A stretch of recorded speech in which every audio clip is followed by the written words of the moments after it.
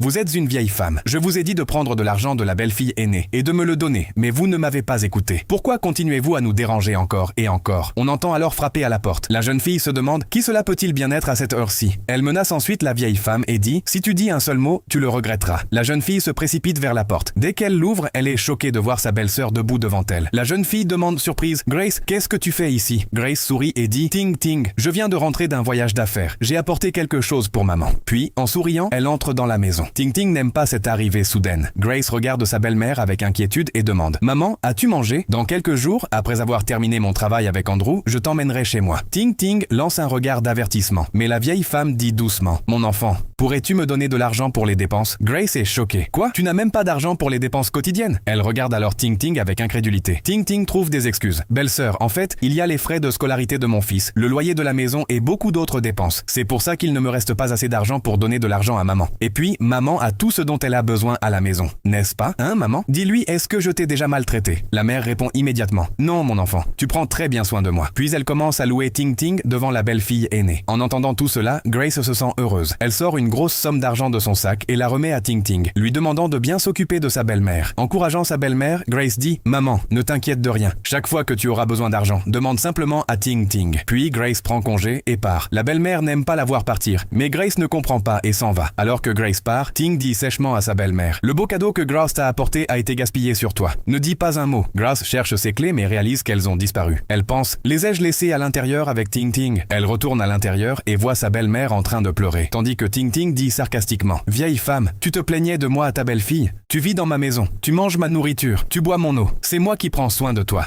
Je te jure, pourquoi tu me regardes comme ça ?» Alors que Ting Ting lève la main pour la frapper, Grace crie « Arrête !» Ting Ting panique. « Grace, pourquoi es-tu revenue ?» Grace la gifle violemment et dit « Si je n'étais pas revenue, j'aurais jamais vu ton comportement répugnant. Tu es un animal. » Ting Ting essaie de s'expliquer, mais Grace l'interrompt. « Tais-toi. As-tu encore un peu d'humanité en toi? Sur qui crois-tu lever la main ?» Ting Ting abandonne le masque et dit « Très bien, maintenant que tu sais tout, je ne vais plus faire semblant. Cette vieille femme est sale et sent mauvais. Envoie-la dans une maison de retraite ou emmène-la avec toi. Mais ne la ramène plus ici. » Grace la gifle encore et dit « Sans maman, est-ce que tu aurais même cette famille? Elle n'est peut-être pas notre mère biologique, mais elle a élevé mon mari, s'est occupée de notre enfant et l'a élevé. Et tu la traites ainsi. Je raconterai tout à ton mari. On verra s'il veut encore vivre avec une femme aussi cruelle. » Grace s'agenouille près de sa belle-mère, les larmes aux yeux. « Maman, même si je dois donner la moitié des profits de l'entreprise, je ne t'enverrai jamais dans une maison de retraite. Andrew et moi prendrons soin de toi nous-mêmes. Viens, rentrons à la maison. Traite les autres comme tu veux être traité. »